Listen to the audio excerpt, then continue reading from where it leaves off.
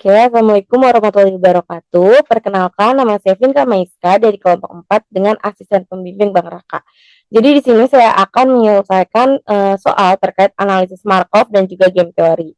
Di sini soal yang pertama, di sebuah kota industri, dua penyedia layanan internet rumah yang paling baik digunakan itu ada IndiHome dan juga Biznet. Nah, di awal tahun 70% pelanggan itu menggunakan IndiHome dan 30%-nya menggunakan Biznet. Dari hasil evaluasi tahunan diketahui bahwa 90% pelanggan IndiHome tetap menggunakan layanan tersebut, sedangkan 10%-nya mulai beralih ke Biznet. Di sisi lain, 80% pelanggan Biznet tetap setia, sementara sisanya berpindah ke IndiHome.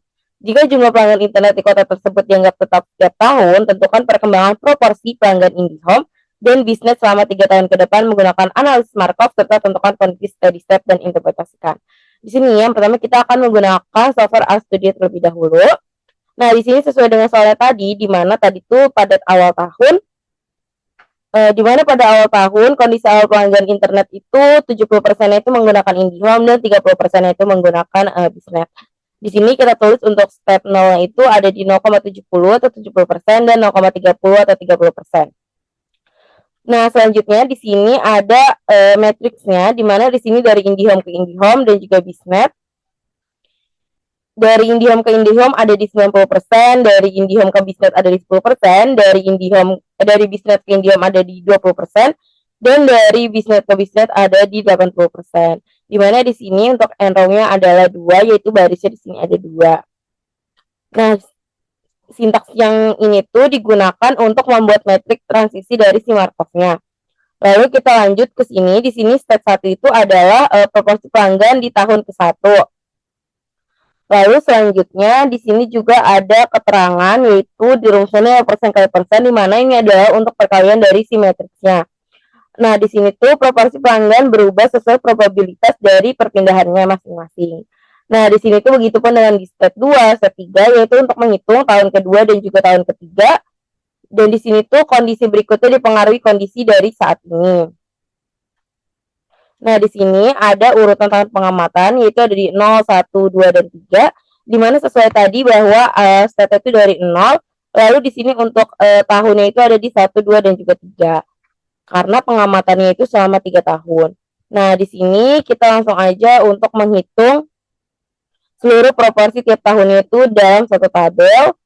Lalu di sini untuk cool name ini tuh untuk memberi nama kolom, row name untuk memberi nama baris. Lalu selanjutnya print ini tuh untuk menampilkan hasil proporsi setiap tahunnya. Nah, lalu selanjutnya di sini ada install dan memanggil package XPM, di mana ini tuh untuk memanggil package dari operasi si matriksnya tersebut. Nah, XPM ini dipakai agar bisa menghitung perpangkatan dari matriks. Nah, di sini selanjutnya ada rumus steady state-nya, di mana untuk mencari kondisi steady state, lalu print hasil dari steady state tersebut. Nah, di sini kita langsung aja running satu persatu.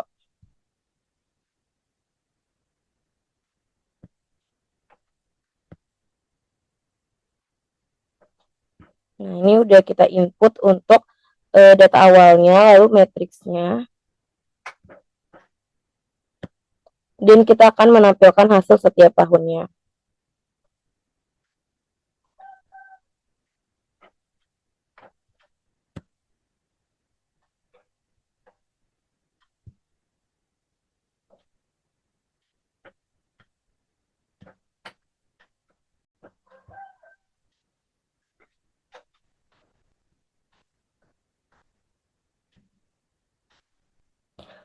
Nah, di sini di mana untuk hasil dari setiap tahunnya itu pada awal tahun atau tahun 0 pelanggan IndiHome ini tuh sebesar 70% dan Biznet itu sebesar 30%. Setelah dilakukan analisis perpindahan setiap tahun, diperoleh bahwa proporsi pelanggan dari IndiHome mengalami penurunan secara bertahap, sedangkan Biznet ini tuh mengalami peningkatan bertahap juga. Di sini dari IndiHome itu berubah menjadi 69% pada saat analisis di tahun ke-1, dan Biznet itu naik menjadi 31%. Begitupun di tahun kedua, IndiHome semakin turun menjadi 68,3%, dan untuk Biznetnya naik menjadi 31,70%. Dan di sini juga perpindahan pelanggan masih terus terjadi, tetapi perubahan ini tuh mulai melambat, yaitu untuk yang IndiHome itu 67,80% dan untuk Bisnetnya 32,90%. Dan di sini tuh pada tahun ketiga itu sudah mendekati bahwa si proporsi pelanggan itu sudah mulai mendekati di kondisi yang stabil. Nah, jadi di sini selanjutnya kita akan mencari steady state-nya.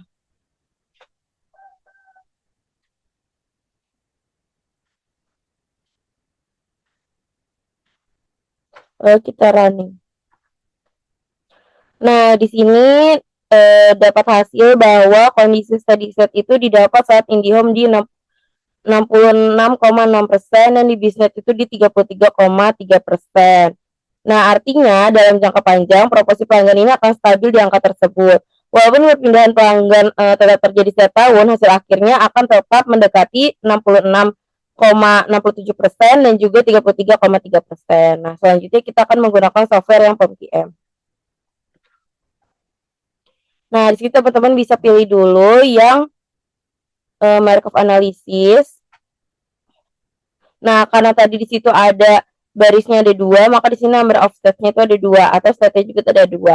Kita beri dulu nama.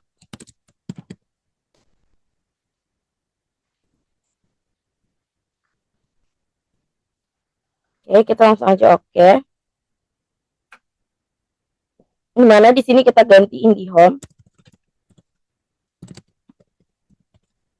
Dan bawahnya adalah Bisnet. Nah, di sini udah otomatis ganti juga. Nah, di sini bisa kita lihat bahwa di initialnya tadi itu ada di 70% dan juga 30%.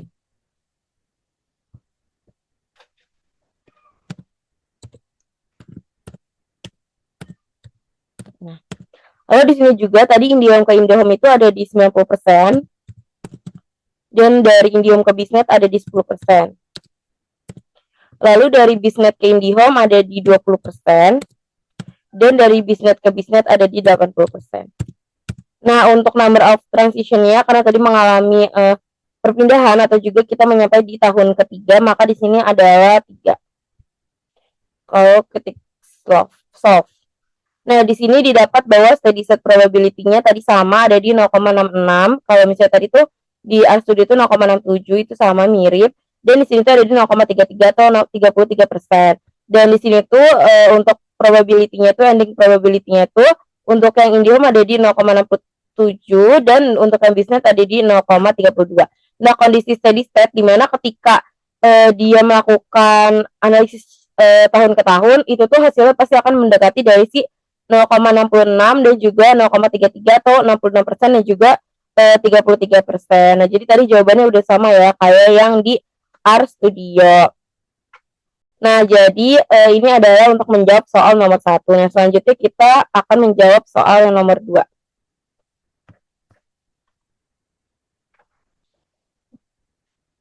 Nah, dalam industri layanan kesehatan digital yang berkembang pesat, Medicare Digital dan Setplus merupakan 2 penyedia layanan yang sedang menentukan strategi investasi teknologi untuk meningkatkan kualitas layanan dan keuntungan.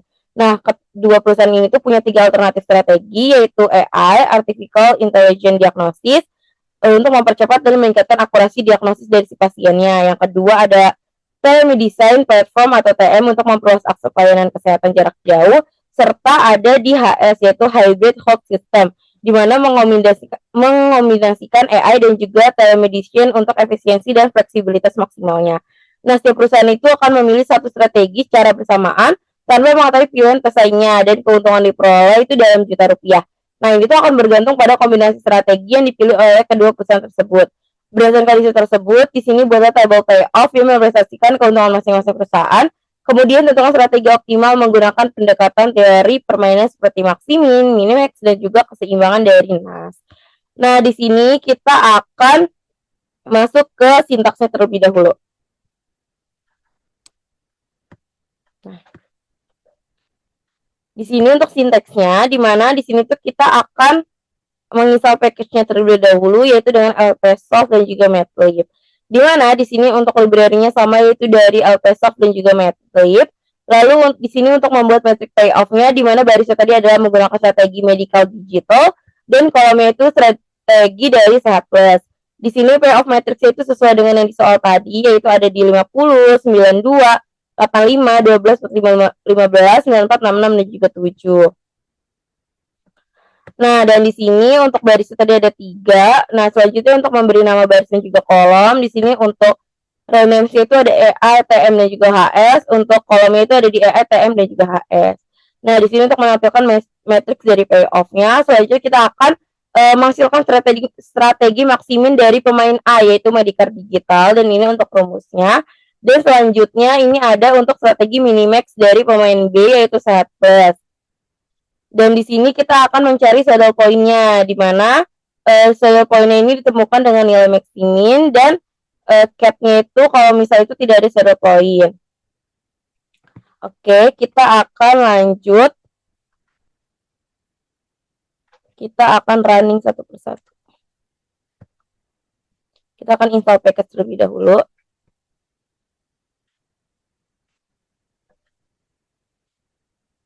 Nah, oke, selanjutnya kita ke library-nya, kita running juga. Lalu kita akan membuat matrix dari payoff-nya.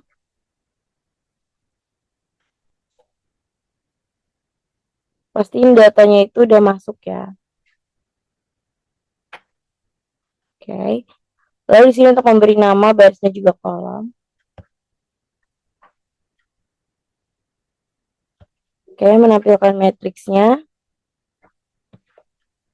Nah, ini untuk matriksnya ya. Tadi udah sama dengan di soal. Nanti itu bentuknya akan seperti ini. Lalu kita ke strategi maksiminnya. Nah, di sini didapatkan bahwa maksiminnya itu dari yang pemain atau Medicare Digital itu adalah 50. Lalu untuk minimax-nya yaitu 85 dari pemain B, yaitu Sehat Plus. Kita akan mencari saddle point-nya. Nah, di sini itu tidak ada saddle point. Jadi tadi itu kan strategi terbaik medical digital itu memilih AI karena memberikan keuntungan minimum terbesar yaitu 50.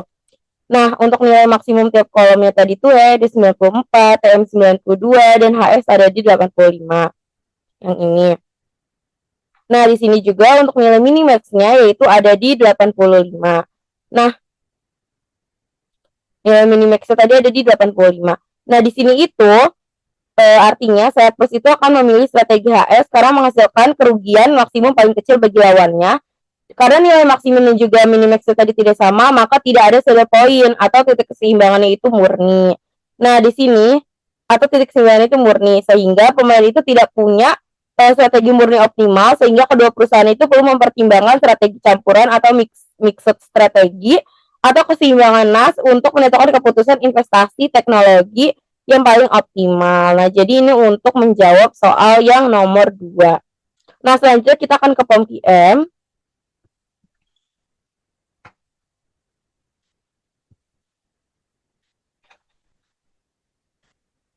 Kita simpan dulu ini yang soal nomor 1-nya.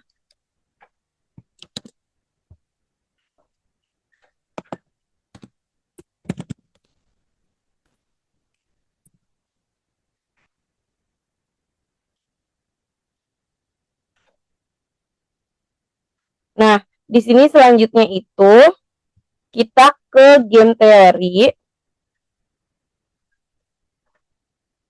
Lalu di sini kita ketik dulu untuk judulnya.